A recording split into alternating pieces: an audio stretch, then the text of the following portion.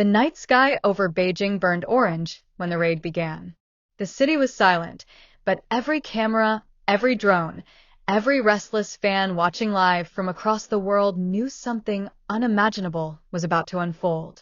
The police convoy moved fast through a desolate industrial area at the outskirts of the city, an area marked restricted for years. The coordinates had come from an anonymous tip, a tip signed only with 2 words: "He's alive." When the iron gates burst open, what they found inside didn't just shake the investigation, it shattered everything the world thought it knew about Yumenglong's death. The hideout that shouldn't exist. Behind those gates stood what looked like a warehouse, rusted, quiet, forgotten. But inside, officers uncovered an elaborate labyrinth: security cameras, coded locks, biometric doors, and at the center of it all, a secret chamber carved into the concrete floor. And there, glowing under blue light, was a wall covered in portraits of Menglong.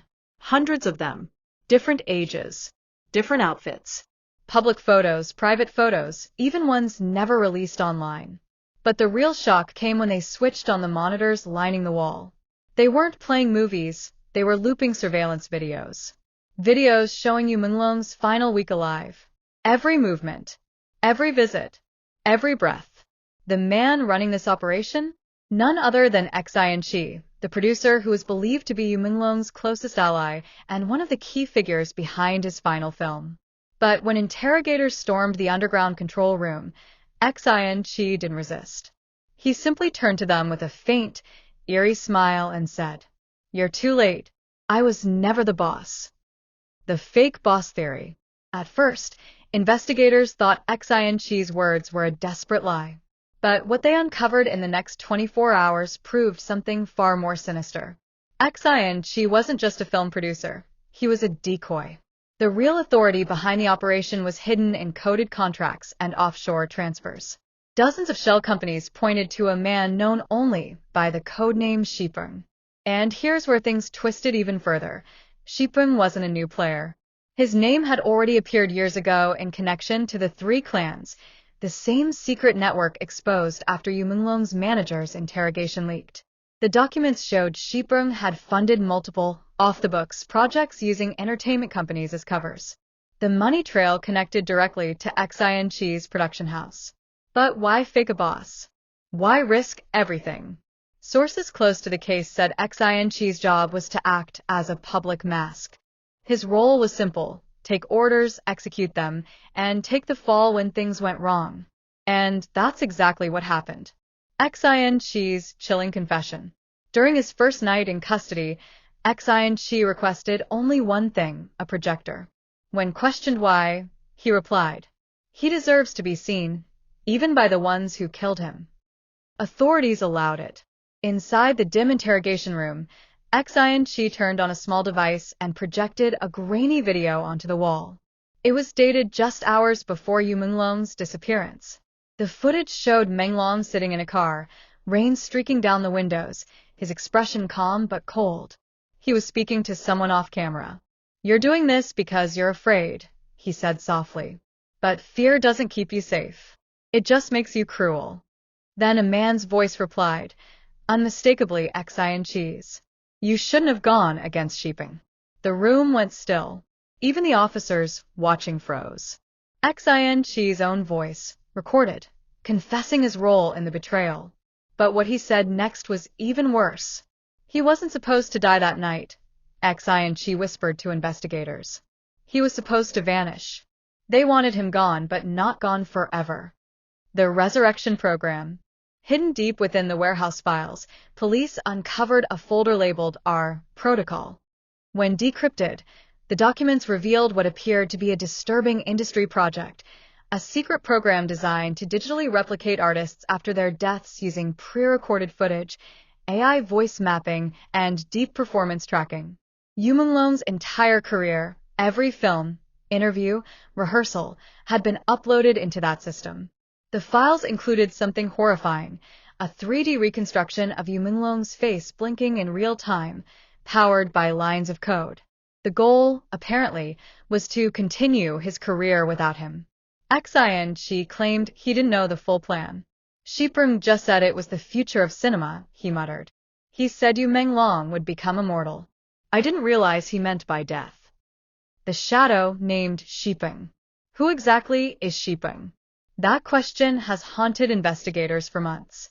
According to leaked intelligence, Shipeng is not one person but a persona used by multiple powerful figures, a mask under which the real puppet masters hide. Financial records tie Shipeng's operations to a conglomerate with connections to politicians, real estate moguls, and several ghost directors in the Chinese film scene. Even scarier, there are rumors that Shipeng once personally met Menglong during a secret dinner organized after the success of his last film. An insider who attended that event claims Menglong left early, visibly shaken, muttering the words, "He looks at you like you're already gone." The hideout within the hideout. Days after Xianqi's arrest, a second raid was conducted, this time in Chengdu, at a property also linked to his company. Beneath the building, officers found a sealed metallic door. Behind it, a small soundproof room filled with equipment, microphones, recording consoles, and blood-stained cloth. The floor had a single word scrawled in red paint: Suzui, atonement. Inside one of the drawers, they found a notebook written in Yumenglong's handwriting. The pages contained lyrics, unfinished film ideas, and cryptic lines like, "They record what I breathe, but not what I believe. If I disappear, look for the light inside the glass." Experts believe he was referring to the servers that later stored his digital clone. Fans turn investigators. When the revelations went public, Yumenglong's fans exploded with fury. Millions of users across social media platforms started cross-analyzing his interviews, movie credits, and even lighting patterns in his final projects.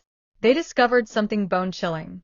In several of his last appearances, Yumenglong's expressions seemed oddly delayed, as if his reactions had been manipulated post-production.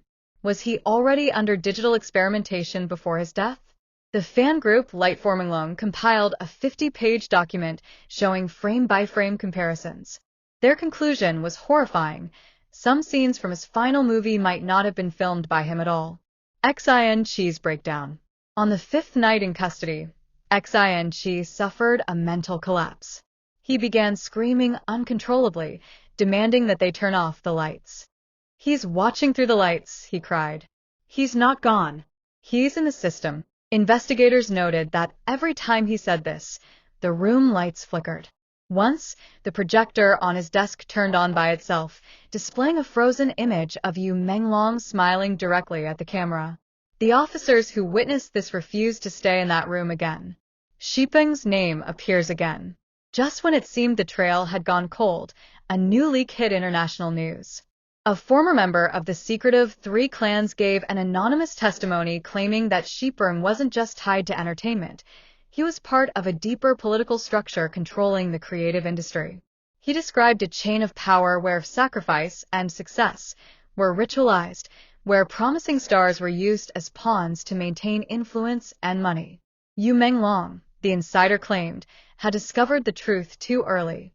He threatened to expose it, and that's when the plan to silence him began. When asked if Xianqi was the killer, the insider laughed bitterly. "A killer? He's a tool. The real killers wear suits and smile on stage." The hidden message in his final song. Amidst the chaos, Yumenglong's final unreleased song resurfaced, a ballad titled "The Curtain Falls Slowly." It was leaked online for only 5 minutes before it vanished again. But those who heard it described it as hauntingly prophetic. One lyric stood out: "They'll keep my shadow standing tall, but it's not me that they control." Analysts confirmed the song used reverse sound layers. When played backward, a faint voice whispers, "Shipeng will fall." The courtroom lights flickered as Han Jiwei, Yumenglong's former manager, was escorted in for another round of questioning. Outside the courthouse, hundreds of fans gathered with candles and posters, chanting his name, "Justice for Menglong." But inside those walls, the air was heavy. Something dark was stirring, and for the first time, the investigators felt it too. Han's voice trembled as he was asked about Peng Xian, the mysterious heir to the Three Clans. "You think he's the one who gave the order?" the officer pressed. Han didn't answer immediately. He stared at his cuffed hands and whispered, almost to himself, "You don't meet the heir. You follow his shadow." The officer frowned. "Then whose shadow were you following?" Han's lips curved into a faint, haunted smile. "The one you feared the most. The memory that haunts everyone." Just days before Yumenglong's death, several crew members from his unfinished drama, Whispers of the Red Sky, noticed strange things happening on set. Lights would flicker for no reason. Scripts went missing. Anonymous messages were sent to his private phone, each more cryptic than the last. You can't rewrite destiny. The curtain closes sooner than you think. He's already chosen you. At first, you brushed it off as fan obsession. But things escalated when his assistant found a small red charm hidden in his dressing room drawer. The charm, marked with 3 intersecting circles, the symbol of the Trium lineage, was burned at the edges. When you touched it, his expression changed completely. Witnesses said he went pale, trembling. He whispered, "I thought that bloodline was extinct." No one knew what he meant at the time. But after his death, everything about that charm suddenly mattered. Han's secret meetings. According to new leaked footage obtained by reporters, Han Jiwei had been meeting with 3 powerful men weeks before Yu's death, one representing each clan. A Ling Dawei, CEO of Ling Financial Group. A Chiu Hung, a private security mogul. Peng Xian, the invisible heir who supposedly united the other 2. In one of the recordings, Han can be heard saying, "He's no longer under control. He's asking questions about Project Phoenix. If he finds the file, it's over." The man across the table, believed to be Peng Xian, replied in a cold, even tone. Then end the script. Permanently. When this audio surfaced, the internet exploded. Was Project Phoenix the key to understanding why you died? And if so, what had he discovered that made them want him gone? Yumenglong's private diary. 2 months after his passing, investigators recovered a notebook from Yumenglong's locked suitcase. It wasn't a typical diary. It read more like a confession, or perhaps a farewell message. "Han used to protect me. Now he watches me. I hear whispers every time I close my eyes. Peng Xian. I've seen his reflection, but never his face. If anything happens to me, tell the world the phoenix never burns, it rises." Those last words, "the phoenix never burns," became the phrase millions of fans repeated across social media. They turned it into an anthem, believing Yu had predicted his own fate. The interrogation that shook the room. Back in the interrogation chamber, Han Jiwei's breathing grew shallow. The officer showed him a still frame from Yu's final security footage, a faint silhouette behind the window as you left the studio for the last time. "Is this you?" the officer asked. Han nodded slowly. "Yes. But you don't understand. Then help us understand." Han's eyes darted toward the glass. He wasn't supposed to die that night. It was supposed to look like an accident, not that. "What do you mean?" "There were others," he said, his voice cracking. "I wasn't alone. Peng's men came early. They thought you had already uploaded the files." "What files?" "The proof. The documents that could destroy the 3 clans.